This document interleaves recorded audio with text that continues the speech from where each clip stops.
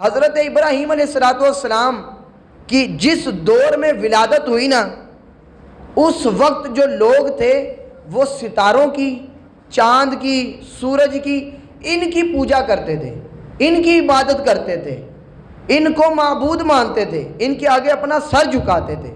تو حضرت ابراہیم علیہ السلام کا انداز توحید دیکھنا ہے کہ آپ نے اللہ تبارک و تعالیٰ کی طرف بلانے میں کوئی شرم محسوس نہیں کی، ہلکا سا بھی ہچکچائے نہیں، آپ ڈرے نہیں، کوئی خوف نہیں تھا۔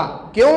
الا ان اولیاء اللہ لا خوف علیہم ولا هم یحزنون، سن لو جو اللہ کے دوست ہوتے ہیں ان پر کوئی خوف نہیں ہوتا، کوئی غم نہیں ہوتا، وہ ان چیزوں سے بری ہوتے ہیں۔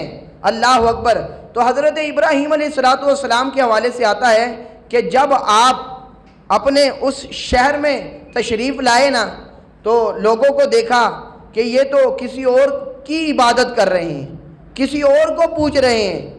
لیکن یہاں پر ایک نوٹ لکھا، ایک روایت میں بیان کیا کہ یہاں پر ذکر کیا نا آپ اپنی قوم کی طرف جب آئے، لیکن جو آپ کی قوم تھی نا وہ تو بت پرست تھی، یعنی وہ تو بتوں کی عبادت کرتی تھی۔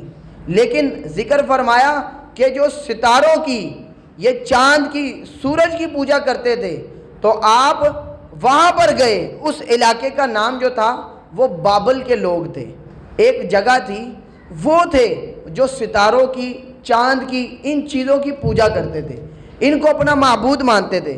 تو آپ نے دیکھیں کتنے پیارے انداز سے ان لوگوں کو کہا، ان لوگوں کی تربیت کی۔ تو لوگوں سے پوچھا کہ تم کس کی عبادت کرتے ہو؟ تو ان لوگوں نے کہا کہ ہم ستاروں کی عبادت کرتے ہیں۔ حضرت ابراہیم علیہ السلام نے ارشاد فرمایا کیا یہ ستارے ہمارا رب ہیں؟ تو ان لوگوں نے کہا ہاں یہ ہمارا رب ہے۔ تو حضرت ابراہیم علیہ السلام نے ارشاد فرمایا کہ یہ کیسے رب ہو سکتے ہیں؟ یہ تو ابھی میں دیکھ رہا ہوں یہ تو غروب ہو گئے، کیا ہمارا رب بھی غروب ہو جاتا ہے؟ آپ نے یہ دلیل قائم کی۔ پھر تھوڑی دیر بعد چاند چمکا اور اس نے اپنی روشنی ظاہر کی، لوگ سارے سجدے میں، لوگ جھک گئے عبادت کے لیے۔ حضرت ابراہیم علیہ السلام ان کو سمجھاتے ہوئے فرما رہے ہیں کیا یہ چاند ہمارا رب ہے جو ابھی غروب ہو جائے گا؟ جو غروب ہو جائے وہ رب ہوتا ہے؟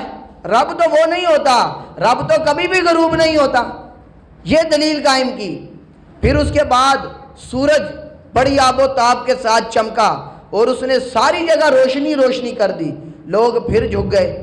حضرت ابراہیم علیہ السلام نے ارشاد فرمایا کیا یہ میرا رب ہے جو ابھی غروب ہو جائے گا؟ جو یہ غروب ہو جائے، غروب ہونے والی ذات وہ میرا رب نہیں ہو سکتی، کیونکہ رب وہ کبھی غروب نہیں ہو سکتا، وہ تو بڑی شانوں والا ہے، وہ تو وحدہ لا شریک ہے۔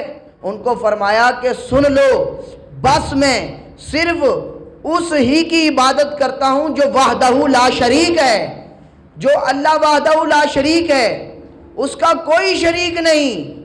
یہ ساری چیزیں حادث ہیں، یعنی ختم ہو جائیں گی، میرا مالک حادث نہیں ہے بلکہ وہ تو ہمیشہ سے ہے اور ہمیشہ رہے گا۔ آپ کا کام تھا پہنچا دینا، کیونکہ فرمایا وما علینا الا البلاغ المبین، اور ہم پر صرف کیا ہے؟ پہنچا دینا، منوانا ہمارا کام نہیں ہے۔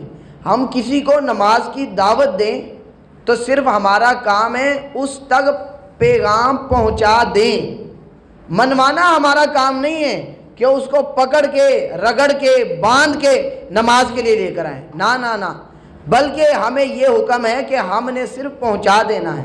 انبیاء کو بھی یہی فرمایا کہ آپ نے صرف پہنچانا ہے، منوانا نہیں ہے۔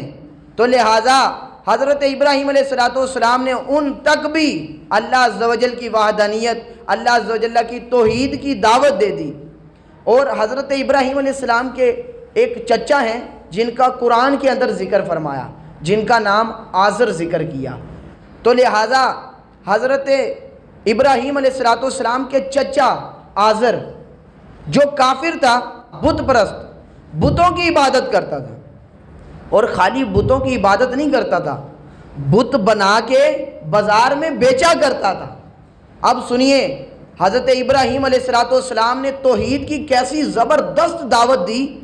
حضرت ابراہیم علیہ السلام کو ان کے چچا اپنے ساتھ لے گئے بازار میں، آؤ میرے ساتھ آج بت بیچنے چلتے ہیں۔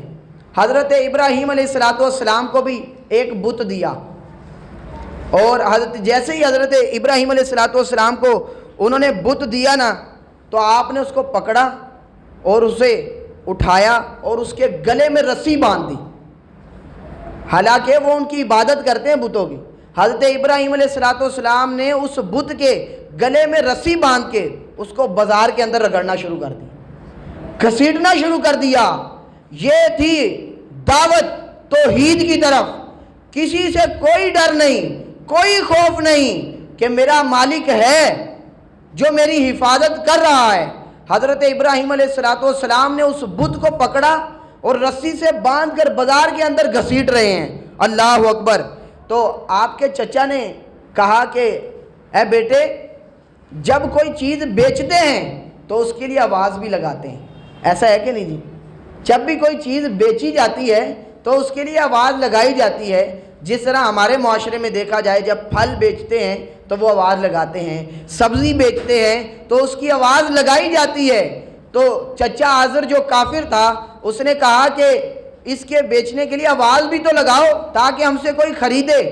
حضرت ابراہیم علیہ السلام دیکھیں کافروں کے درمیان کھڑے ہیں، بازار بھی کافروں کا، چچا بھی کافر، لیکن ڈرے نہیں۔ حضرت ابراہیم علیہ السلام نے کیا خوبصورت آواز لگائی، کوئی ڈر نہیں، رب کا خوف بس دل میں تھا اور کسی کا ڈر نہیں۔ حضرت ابراہیم علیہ السلام آواز لگاتے ہیں، من یشتری ما یضر ولا ينفع۔ آئے ہائے، کیا کمال کہتے ہیں۔